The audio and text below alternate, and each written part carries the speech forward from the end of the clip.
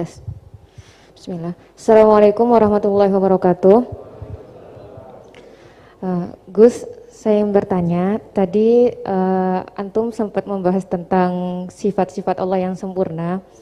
Beberapa hari yang lalu ada teman saya yang tanya ke saya, Mbak Nafilah, kebetulan anak ini memang baru hijrah gitu ya, baru belajar Al-Quran, baru baca-baca. Dia tanya, Mbak Nafilah, Allah itu boleh nggak disifati sama sifat yang mohon maaf kurang baik seperti makar, penipu atau yang lain, karena Allah kan sangat sempurna.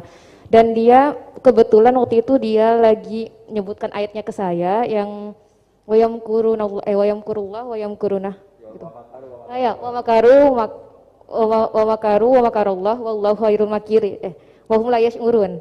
Nah di situ dan di surat Al-Anfal juga ada ayat yang tentang Allah itu sebaik-baiknya tipu daya gitu, mempunyai tipu daya yang sebaik-baiknya. Nah itu kan menunjukkan kalau Allah itu punya sifat tipu daya. Jadi dia waktu itu agak ngotot ke saya, berarti Allah juga bisa dong disifatin sama sifat yang jelek-jelek yang seperti itu Mbak Nafila gitu katanya. Menurut Antum itu gimana? Saya juga masih belum jawab sampai sekarang pertanyaannya teman saya itu, karena saya masih bingung gitu. Jadi saya tanya sama Gus gitu, mungkin ada pencerahan gitu buat saya menjawab gitu. Terima kasih. Assalamualaikum warahmatullahi wabarakatuh. Itu begini ya, jawab seperti itu rileks saja. Yang jelas jenengan harus terima kasih sama yang tanya, nganggep jenengan pinter itu. Sampai tanya itu berarti nganggep jenengan pinter. Itu satu prestasi, itu orang nggak semua orang ditanya itu. Itu begini ya kalau dalam ilmu balaghah. Makanya saya ini kan pengajar ya, pengajar fikih juga pengajar balaghah, juga pengajar tasawuf, pengajar mantek. Kalau di pesantren kan memang semua itu diajarkan Pak Fatullah. Ini juga dulu mondok di buyut-buyut saya di Kudus itu, di pondok tertua di Kudus buyut saya. Makanya hormat saya itu bukan karena beliau punya etika, memang aturannya harus hormat gitu. Saya juga harus hormat beliau karena beliau rektor, ya sudahlah saling menghormati. Bapak itu kalau sama penanya itu hormat, ditanya, dia sudah sopan. Jadi kita harus menghormati orang sopan. Yang tanya hormat ke kita karena kita dianggap alim, kita hormat sama penanya karena orang sopan. Mau tanya itu juga gengsi loh. Masa dokter tanya itu kan ribet kan? Saya kemarin ditawani di Unisula, masuk dikasih dokter honoris causa. Kenapa Gus gak mau? Saya takut kalau masuk neraka, masa dokter masuk neraka karena saya. Kan ya tidak lucu juga itu. Akhirnya dokter-dokter itu, iya Gus saya udah pernah kepikiran ya. Akhirnya mereka terus mau udah takwa, udah Gus kita harus takwa, kan malu dokter kok masuk neraka. Oh begini jawabnya ya. Semua ilmu itu harus kita pelajari karena melihat sisi ekstrimnya, sisi buruknya. Ya saya ulang lagi ya. Ilmu itu harus Anda pelajari karena melihat sisi ekstrimnya, sisi buruknya kalau kita tidak tahu. Sehingga dengan cara itu kita tahu secara serius. Misalnya nikah sekali gak sah kategorinya zina. Kenapa anak angkat dilarang oleh Islam? Saya ulang, kenapa anak angkat dilarang oleh Islam? Kalau mau baik-baik saja, tapi gak perlu ada anak angkat. Karena apa? Sekali perempuan ini tadi ditulis misalnya binti Fathul Wahid, binti Bahauddin, itu nanti di KUA itu dikira itu walinya. Padahal hakikatnya tidak walinya. Maka enggak. Nah, ketika ini menikahkan, nikahnya sah enggak? Enggak kan? Karena dinikahkan oleh orang yang hakikatnya tidak walinya, itu satu. Sisi ekstrim kedua adalah ini nyata pernah terjadi. Anak ini kuliah terus pacaran. Ternyata pacaran sama kakak kandungnya. Jadi itu ceritanya ada anak dari Bojonegoro tipe anak angkat sama orang Jakarta. Singkat cerita sama-sama dewasa kuliah. Sampai pacaran, sampai mau kawin. Nah, pas mau kawin itu yang lamar adalah Pak D-nya. Pak D yang Bojonegoro datang ke Jakarta. Terus dia ngetik, ini kok rumah yang dulu saya titipin ponaan saya. Ternyata itu adik kandung. Karena si adiknya tadi pakai binti langsung yang Jakarta. Sehingga anak Bojonegoro perasaannya pacaran sama anak Jakarta. Nah, di sini kelihatan betapa hebatnya Islam ketika benar-benar melarang anak angkat dengan makna menasabkan. Kalau dengan makna kasih sayang nggak apa-apa ya, tapi kalau dengan makna menasabkan nggak boleh. Paham ya? Karena ada sisi ekstrim nanti bahayanya tadi. Nah, terus, ilmu balaghah juga gitu. Di antara sisi ekstrimnya ilmu balaghah adalah kalau kamu tidak memahami balaghah, maka kamu akan mengatakan Quran ini bohong. Karena kamu tidak tahu tasbih itu apa. Terus misalnya gini.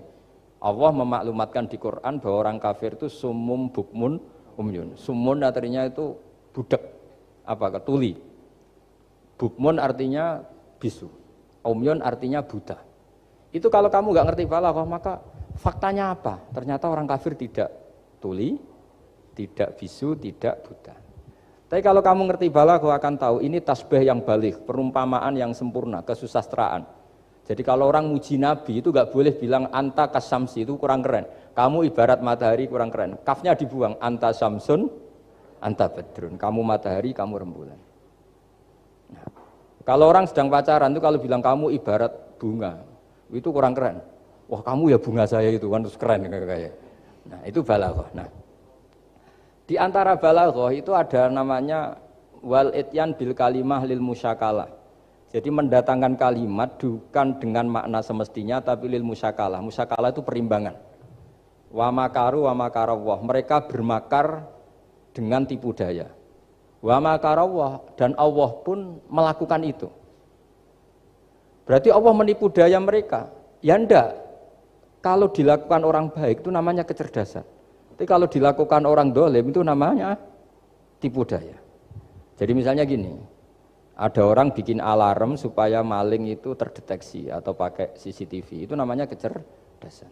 Tapi kalau maling pakai CCTV untuk kalau nyolong, ngerti pergerakan yang punya rumah.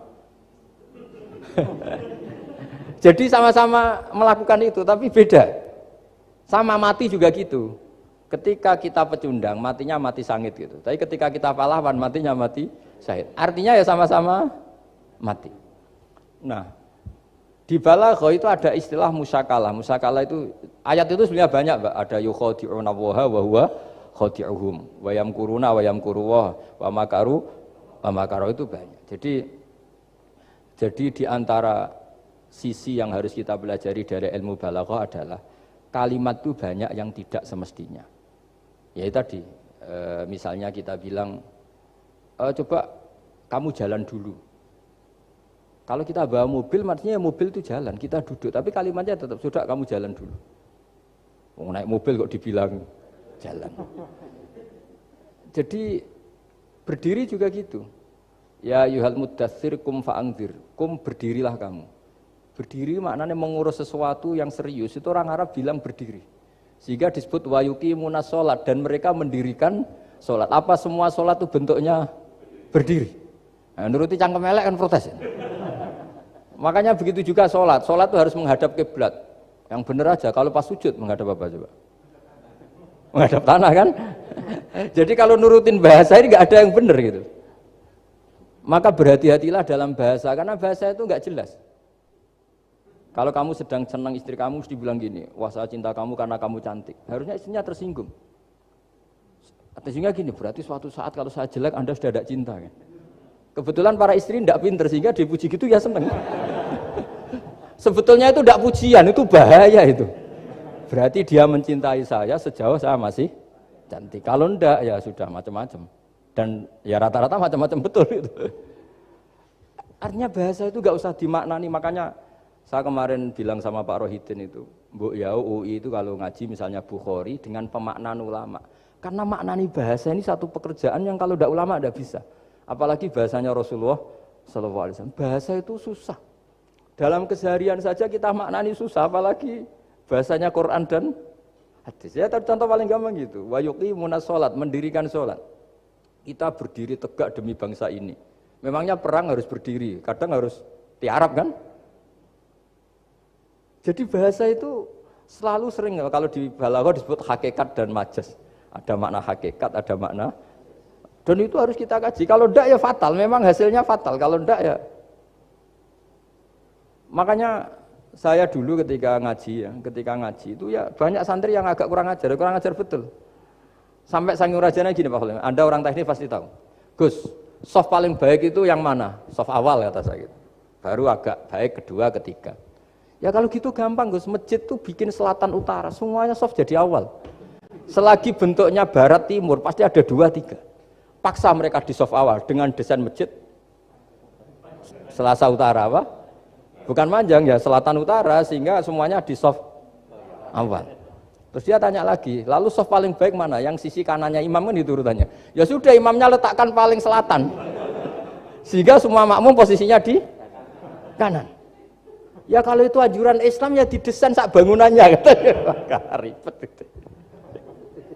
Coba kalau kamu jadi kiai ditanya gitu mangkel apa enggak? Wah ini kurang ajar betul orang ini. Selagi bangunannya memungkinkan soft 2, 3, pasti nanti ada soft 2 dan dipaksa saja, yaitu tadi bangunannya memanjang selatan utara, imamnya diletakkan paling selatan. Terus saya gantian tanya, lalu setelah begitu yang paling afdol siapa? Yang paling dekat? Ya sudah imamnya kerubuti saja gitu. Itu, nah makanya yang sering perdebatan NU dan Muhammadiyah, dan itu kalau mau dianalisis secara ilmiah sebetulnya normal semua. Karena teks hadis itu memang butuh pemaknaan. Nabi, saya beritahu ya, Nabi itu kalau habis sholat, itu memang di semua teks itu akbala ali nabi wajih. Saya sering ketemu tokoh-tokoh Muhammadiyah ya baik-baik saja, ketemu tokoh NU ya baik-baik saja, karena ini masalah teks. Saya ulang lagi, karena Rasulullah SAW idan sorofa min sholatihi akbala ali nabi wajih. Nabi setelah sholat itu menghadap ke musolli, ke makmum, kira-kira kalau Indonesia menghadap ke timur. Tapi di sebagian riwayat, Nabi itu kalau habis sholat itu melakukan sesuatu yang menunjukkan kalau dia sudah selesai sholat. Jadi filosofinya itu yang penting memaklumatkan kalau beliau sudah sholat.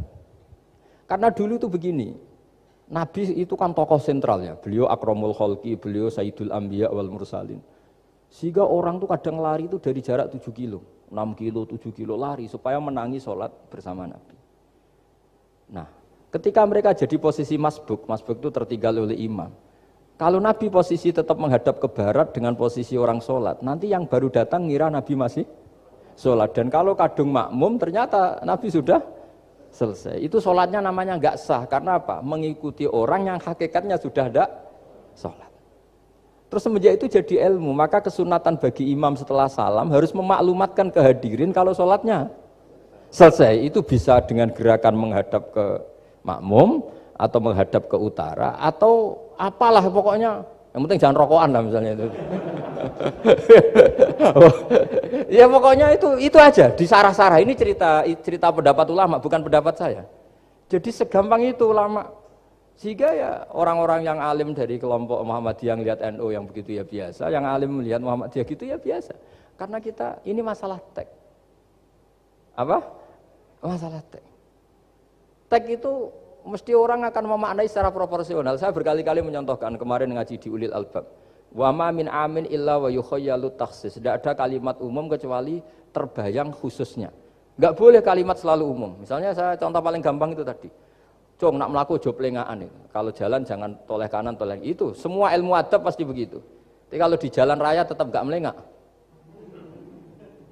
Tapi itu enggak diutarakan oleh orang tua kita karena anak ini pasti paham lah kalau mau nyebrang jalan ya harus. Tapi kalau kita nasihati kan tetap, Cung kalau jalan-jalan jangan lihat kanan, lihat kiri, jangan. Tapi hakikatnya sama. Cung kowe nak sholat sing anteng tuh kan enggak gerak.